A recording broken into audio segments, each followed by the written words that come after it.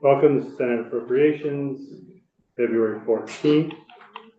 And today we're talking about the budget adjustment for fiscal year 25 and our Valentine's special VHCB is going to talk about, there's some appropriations in here for VHCB. We're going to hear VHCB's Vermont Housing Conservation Board's full report when we go over their FY26 budget, and we can hear more about the good work that they do. But today I wanted to focus on the two appropriations in the budget adjustment.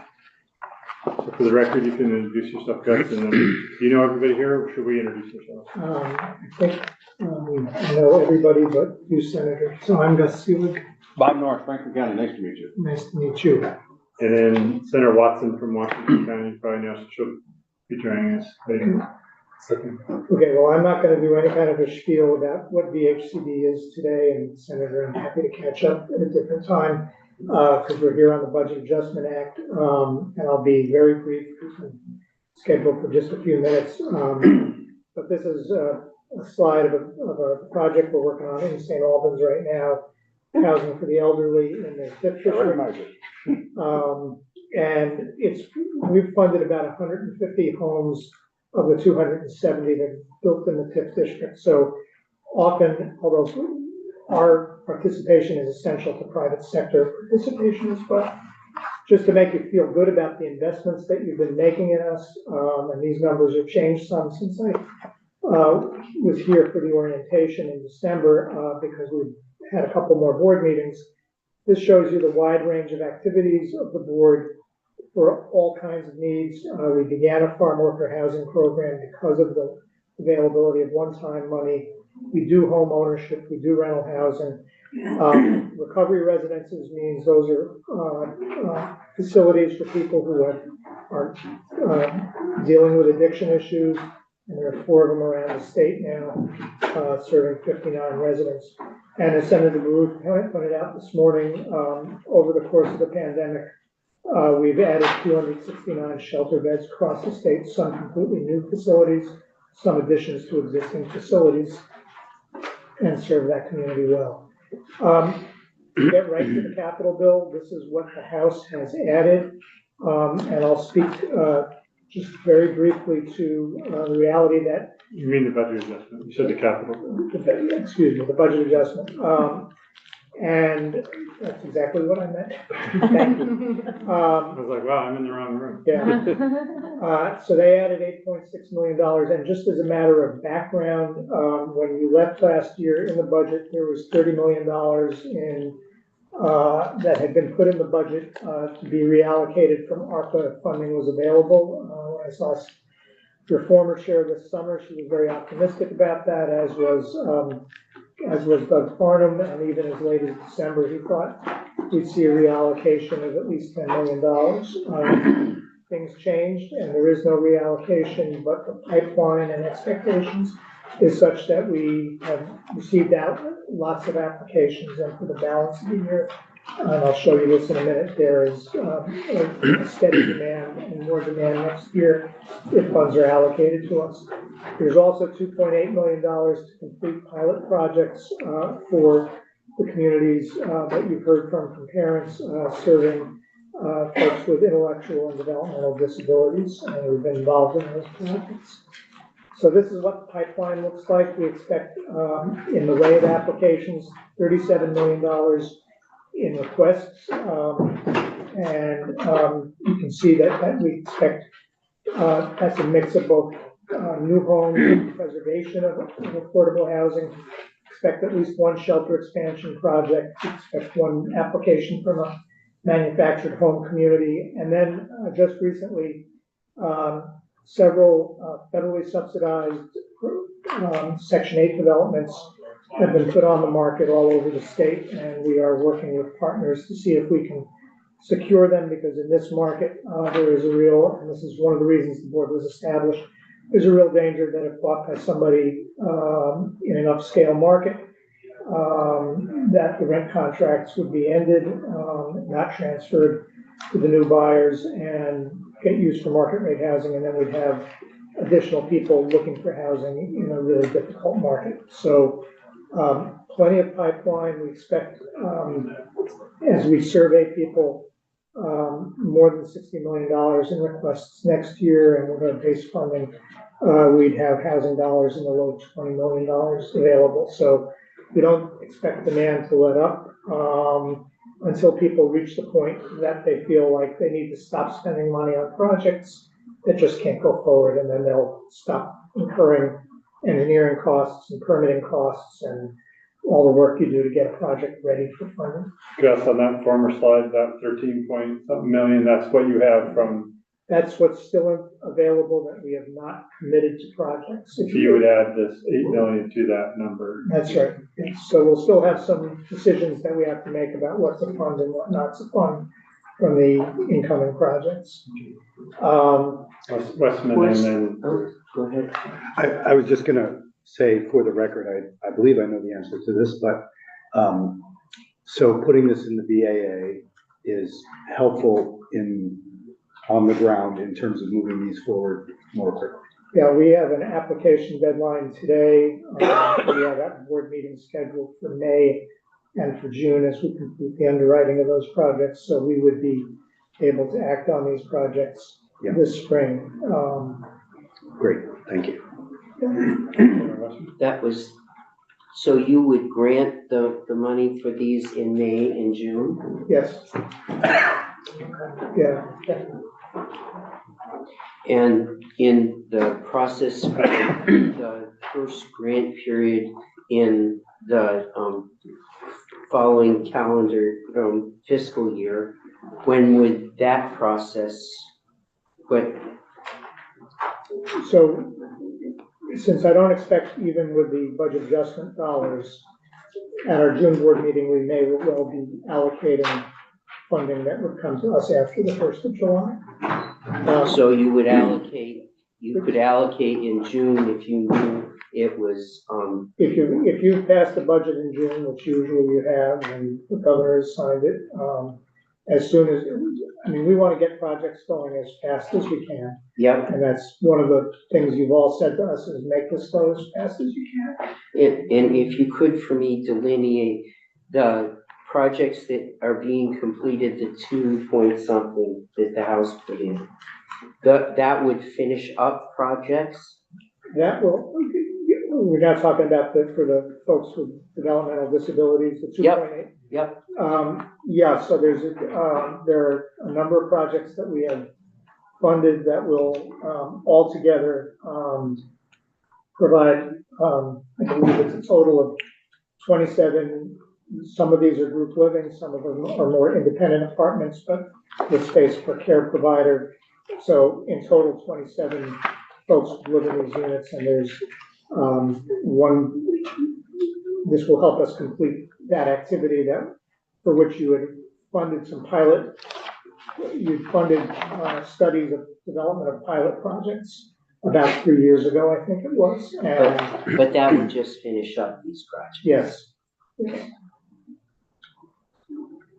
Yeah, although in addition, we are now asking providers of regular affordable housing. This is a building we just broke ground on in Waterbury. It's not built yet. That's the architect's rendering. And Upper Valley Services is going to have a master lease for 3 units, and they will take care of 3 people who are able to live independently but with a service provider. So we're going to try as much as we can to integrate folks into existing affordable housing all over the state as well.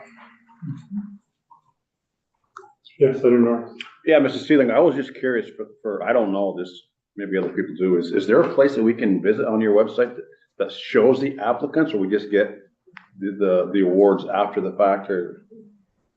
We usually, sometimes matters relating to real estate are confidential, so we try to respect that when people are in the development phase, but I'm happy, you can see on our website, and our annual reports just been received by the legislature. We provided a list of every grant that we make to every applicant that we make it to. So it's just after the fact, not the actual applications then? I believe that's correct, yeah. Okay, thank you. Okay. Do you have other slides? I think just to say thank you for giving us your time, and I'm happy to answer any other questions that you have today about this particular request in the BAA. Okay, so you already, the main thing is you, for this money, you already have the applicants ready to go. We do. Okay, all right. If there's no questions, then thank you. Okay, appreciate your time. Yeah, and look forward to having you back.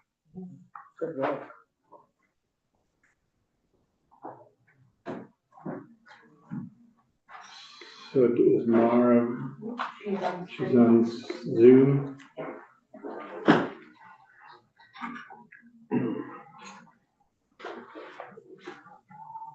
Sorry, I can take that down.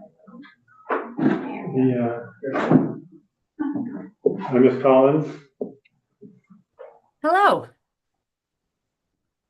Shall I jump in? Yeah, you can introduce yourself and jump right in. And there was, I think, 2 sections of VHFA that I was just trying to bring up that we wanted to ask you about quickly. You might know what they are. I knew of one of them. My name is Maura Collins. I'm the Executive Director of the Vermont Housing Finance Agency. Thank you for having me today. I'm sorry I couldn't be there in person. In the Budget Adjustment Act, there is a small change to a rental revolving loan fund program that was funded through a $10 million state appropriation a couple years ago. The rental RLF, revolving loan fund, pays developers in the form of a subsidized loan to help them build what we call middle income housing. This was a program that was widely supported by employers, the Chamber of Commerce, and a lot of partners to help developers build closer to market rate rental housing, which used to not need any kind of financial support, but in the last few years has needed subsidized below market rate loans in order for the deals to pencil and create the rental housing that we need in the state. As you know, we need 24,000 to 36,000 more homes. So as I said, 2 years ago, this program was funded. VHFA used the state appropriations. We've been offering construction loans that then convert to permanent mortgages on these properties. And we were overwhelmed with applications for the $10 million that we had. I don't know if it's good or bad news that we spent all the money in one board meeting and in one day spent the whole $10 million and still we're not able to fund everything that we received. What's unique about this program, for one, is that it serves tenants who are just above what's eligible for tax credit rents. The federal tax credit program helps people earning up to 60% of median income. And this program is really designed for people earning just above that and reaches higher income. And so we're really into middle incomes, which could be as much as $100,000, $110,000 for a household. And what the developer gets is 35% of what they need to build a building. And with that, they get this subsidized loan. But we give even better terms to that loan when the developer can bring in money from either a municipality or an employer. And it has been incredible that $10 million from the state has brought in over $20 million of money from municipalities and local employers who've chipped in to pay for the cost of building housing that would not otherwise have gone into housing development. But they've done that because our program was designed that they would get preferred terms on our loan if they could leverage that kind of private investment. So where the BAA language comes in has to do with the affordability of these apartments.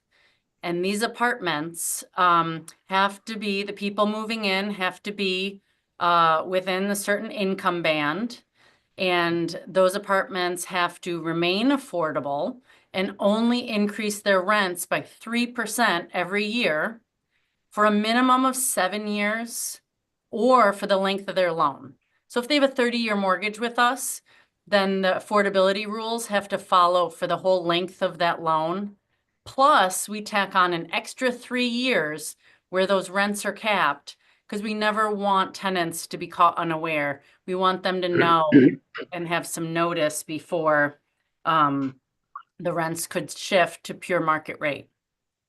The problem that has happened is that costs are going up more than 3%. And we put in statute that we would not allow the rents of these apartments served by this program to increase by more than 3%.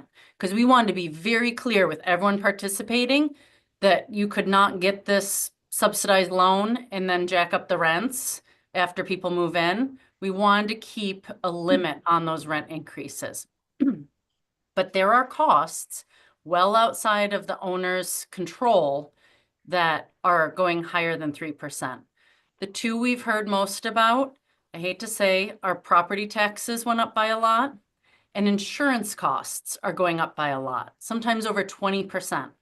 And so when you add those in, we now run the risk that we are going to have government-supported affordable housing. And if we force them to only increase their rent by 3%, but their costs are going up by 4 or 5%, we could have government affordable housing that starts to fall into disrepair and starts to not be the kind of housing that we would be proud of being government supported. So we still want to keep a 3% target.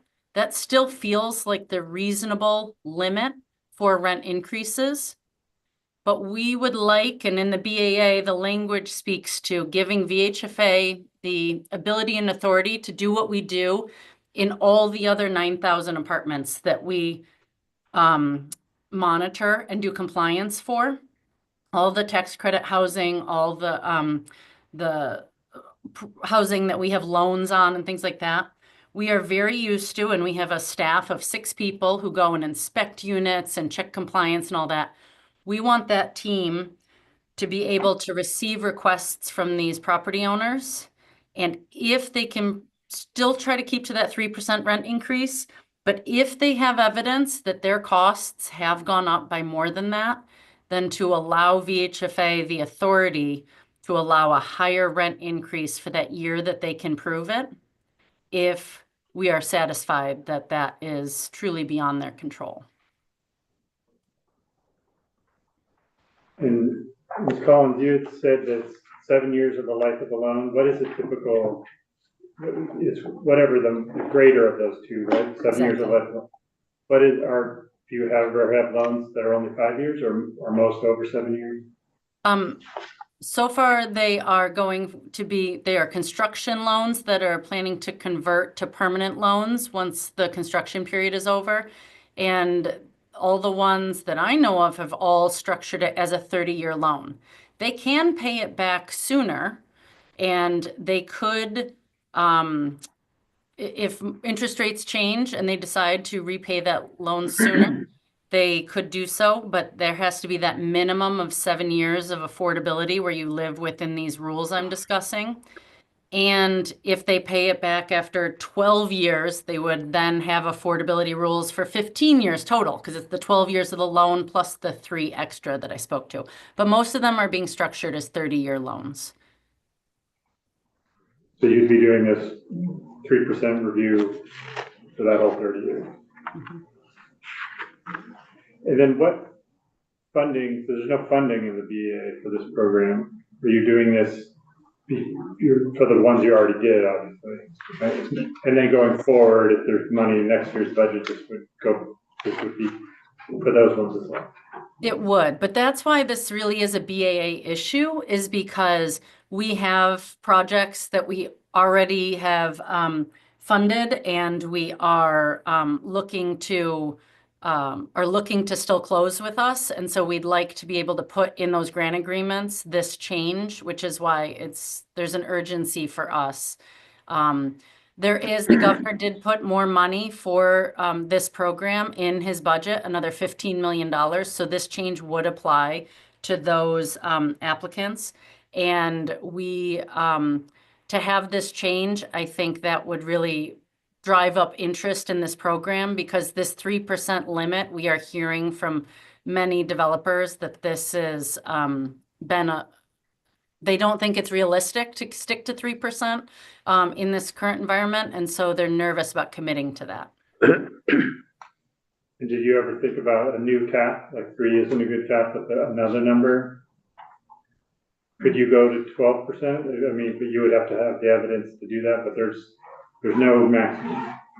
There's no max, except there is a 50-year history of us doing this work with all the other thousands of units. And I would feel very comfortable to be pulled in front of any committee to explain, what we do allow when it happens. And, but honestly, the idea of setting a different cap,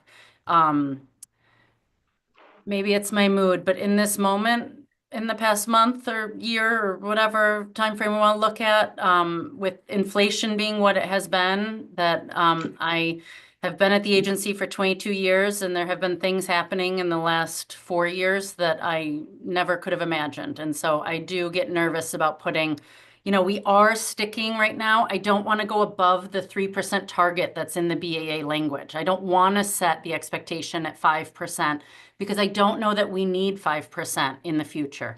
I like keeping what the BAA language is, which is 3%. And if they want a waiver from that, they have to prove it to us. But to be in a high inflationary environment and set a higher number as a standard, I don't know if we're going to need that 4 years from now. Okay. Any other questions on this? I have a question on the reversion. We're done with this revolving loan program. And that is, there's $3 million that they're reverting from the HFA. I think it was the program, was it the weatherization program that we started in 19? I think it was my first year.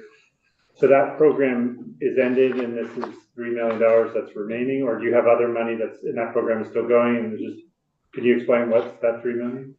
The program was originally funded in 2021, so I guess that would have been FY22 dollars, and we were given $9 million to stand up a weatherization repayment assistance program, WRAP.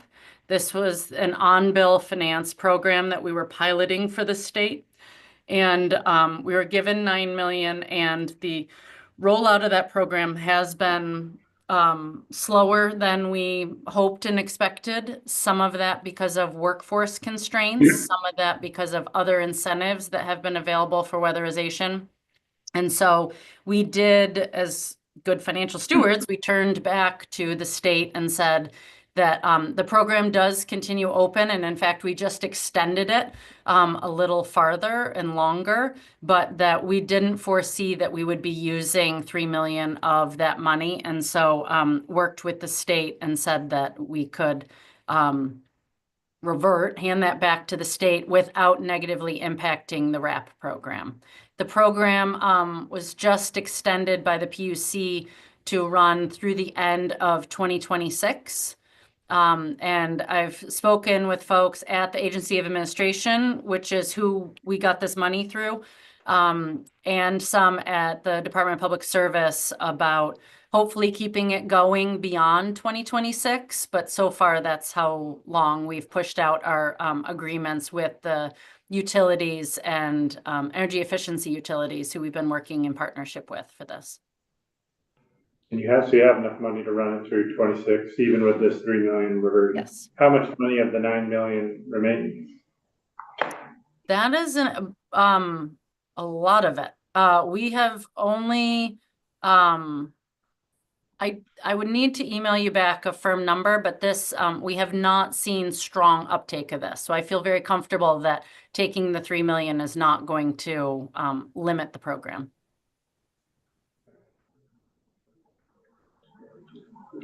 Okay, any questions about that? Yes, Senator Watson. Do you have a sense as to why the uptake is slow?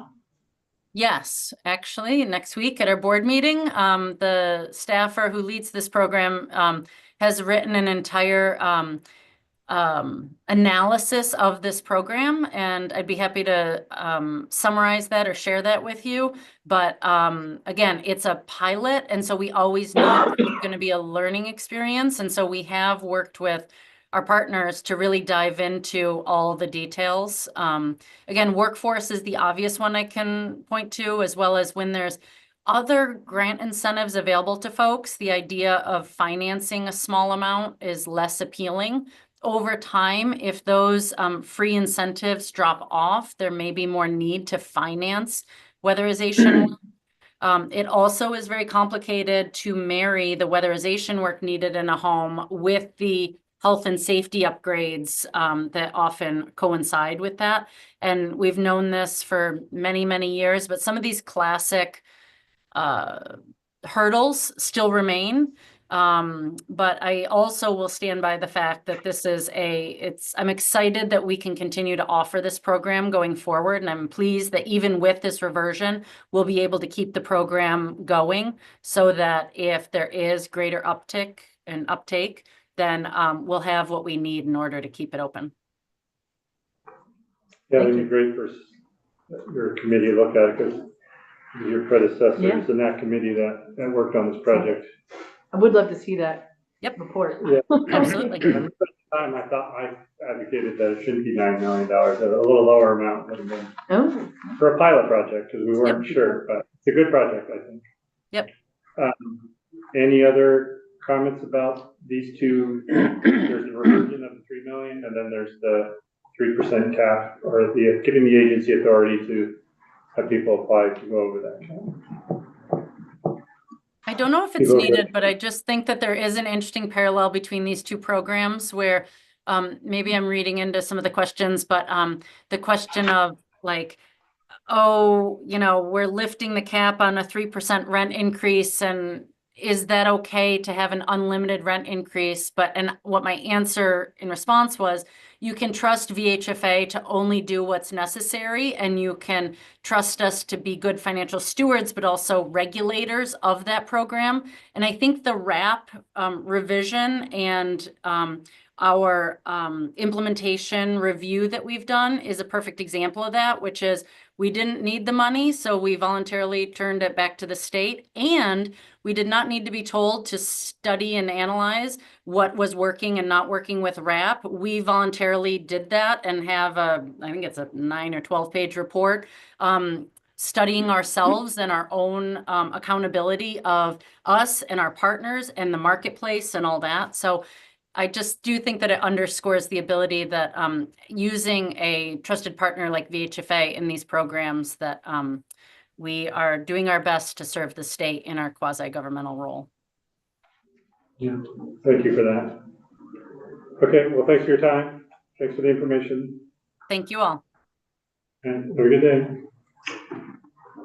So that is the testimony that we were going to hear today. So I thought maybe we were going to have Emily go through things. I do not see it anymore, which is hiding. Do we want to have Grady go over language, or is it better to wait for Emily?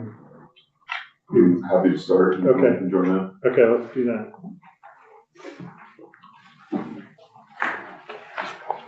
Is there a new version of this? How are we doing this? Does the committee have copies of the bill as introduced by the House? No, I don't think so. We have this document, this language, which I think is as altered by them, which I think is as introduced. Yeah, it might make sense if I can if we could go offline for a moment so I can get fresh copies sent to the copy room of the bill as introduced. Okay, let's adjourn, and then when we